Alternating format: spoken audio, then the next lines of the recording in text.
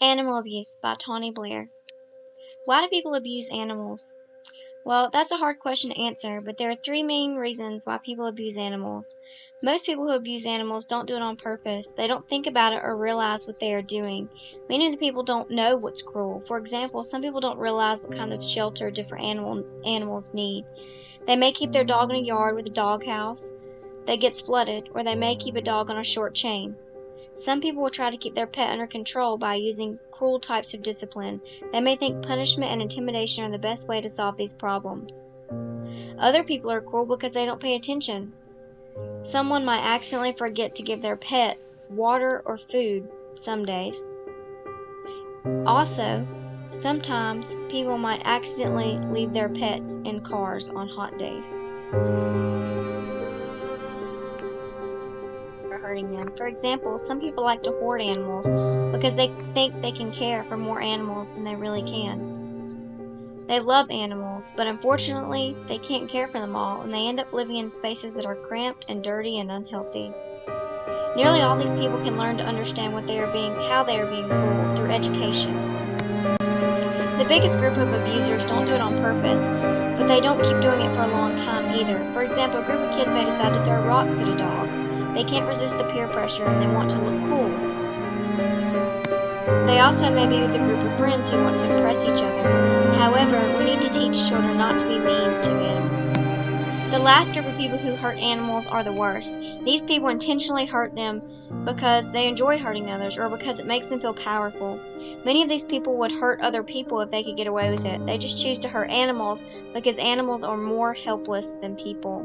All of the people in this last group suffer from serious psychological problems that will probably not go away on their own.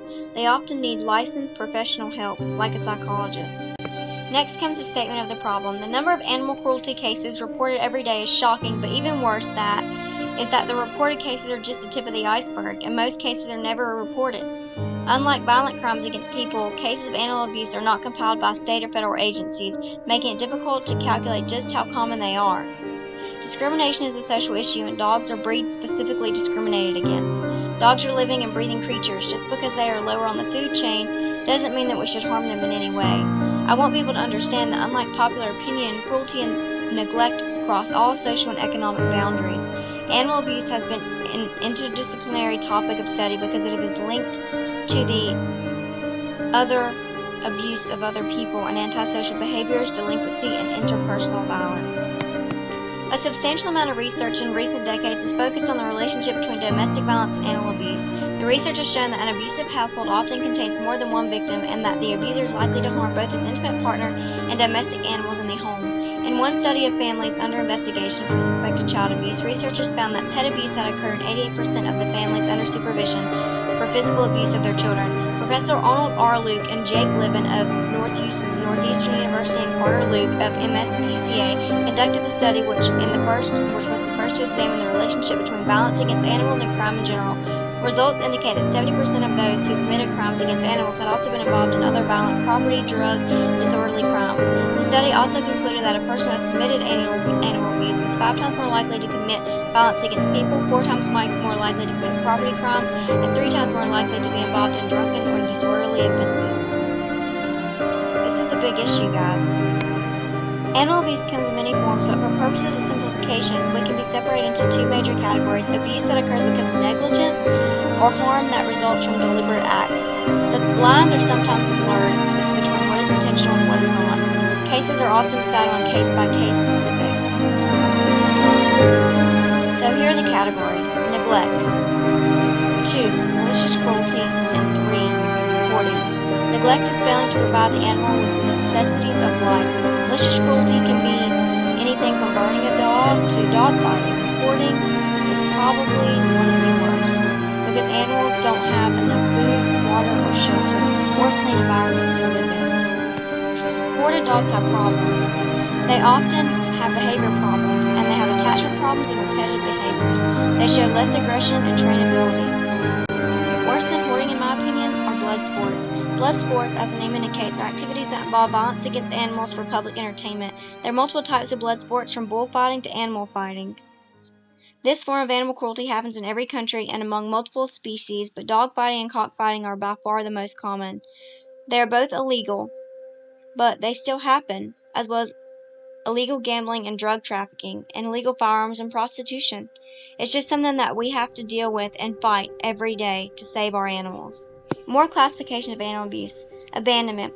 Anyone who lives in the country, or even on the edge of town, knows that dog owners try to get their pets and dump them sometimes. However, there's a $1,000 fine in some places, and enforcing these laws are sometimes difficult. Confining a dog in an unventilated hot car, that's also against the law. Leaving a dog that you hit by a car is also against the law. Cosmetic cruelty. Cropping dogs' ears and tails for the name of fashion, that's definitely cruelty. You know how painful that can be? Massachusetts is the only state that makes it illegal to exhibit a dog with cropped ears unless the veterinary has certified that the cropping was reasonably necessary. We need to start doing something about our animals, guys. We've got to take a stand for them. They can't speak for themselves. Our last two categories of animal abuse are cruelty in pet shops and puppy mills, and animal testing. Puppy mills are large-scale breeding operations that churn out puppies for pet shops across the country. They may also be found in violation of local, state, anti-cruelty laws and federal laws as well. California, for example, requires pet shops to provide animals with sanitary conditions, adequate space, heating, ventilation, and human care. Violators can be punished for a fine of up to $1,000, 90 days in jail, or both. Animal testing. Animal testing is another area that people are quick to dismiss. We see makeup companies conduct testing on animals and we think, oh, they're just putting lipstick on monkeys or bunnies. What harm comes from that, right? However, animal testing can seriously injure and kill animals.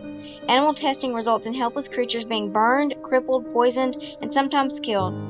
Concern for animal care and well-being has existed since domestication, which occurred at least 10,000 years ago in Neolithic times. Our appreciation and respect for animals led to their domestication, animal agriculture, and animal husbandry, the branch of agriculture that deals with the care and breeding of animals. The animal welfare ethic that developed in the Neolithic era is one that obligated people to consider their animals' welfare and achieve their own purposes. It set in place a mutual beneficial arrangement between people and animals that goes like this. We take care of our animals, the animals take care of us. In this ancient but enduring pact, self-interest demanded that people take care of their animals. That defines challenges today, the need to protect acceptable levels of animal welfare in a nation that is no longer rural and agricultural, but which is, purely technology-based now. In modern America, only 2% of people are farmers. And it wasn't like that back in the 1800s, where 90% of Americans were farmers. The animal protection movement dates back to the 19th century England and the practice of bull baiting. Similar to the Spanish bullfighting, bull baiting involved tying a bull to a stake, blowing pepper in its nose, and then releasing it to a ring of dogs. It was very popular among English people. While all animals involved sustained serious injury and death, it was not until 1800 that Parliament enacted an anti-cruelty bill designed to stop it. A lack of education is also a social concern contributing to animal abuse and neglect, because people often falsely believe that getting a cat or dog fixed harms them. However, sterilizing dogs and cats in no way injures them and often benefits them in reducing their risk of certain types of cancer. The bottom line is that part of being a responsible pet owner is getting your pet spayed and neutered. Check out the ASPCA for more facts on spayed and neutering your pets and how it can actually be beneficial to them instead of harmful. What are people doing now to combat this problem? Public concern over substandard care and treatment of animals in a large-scale or institutional settings has led an enormous body of federal, state, and local laws governing the treatment of housing of animals in these settings, sometimes creating numerous layers of regulations and requiring multiple agencies to perform inspections on the same entity. There are treatments also available for children with a wide variety of problems, including behavior disorders when they abuse animals. Although juvenile animal abuse is far too common and has a long-standing and multiple negative consequences for the children in society, until the publication of the Anti-Care Act, nothing was done about that. The Anti-Care Act shows how to treat children who abuse animals, and also it deals with adults who abuse animals as well. It's time to take a stand, guys. Nothing's going to be done about these laws unless we push for it. Animal abuse has been happening for centuries, but it was not until 1800 that Parliament did something to change how animals are being treated. Since then, many laws have been created to stop animal abuse, but stricter enforcement is still needed. There are many ways in which dogs can be abused and neglected. However, all dogs and all species deserve to be treated with dignity. The following are 5 freedoms that all species deserve. Freedom from hunger and thirst, freedom from discomfort, freedom from pain, injury, and disease, freedom to express normal behavior, and freedom from fear and distress. It's time to take a stand. Will you be part of the change?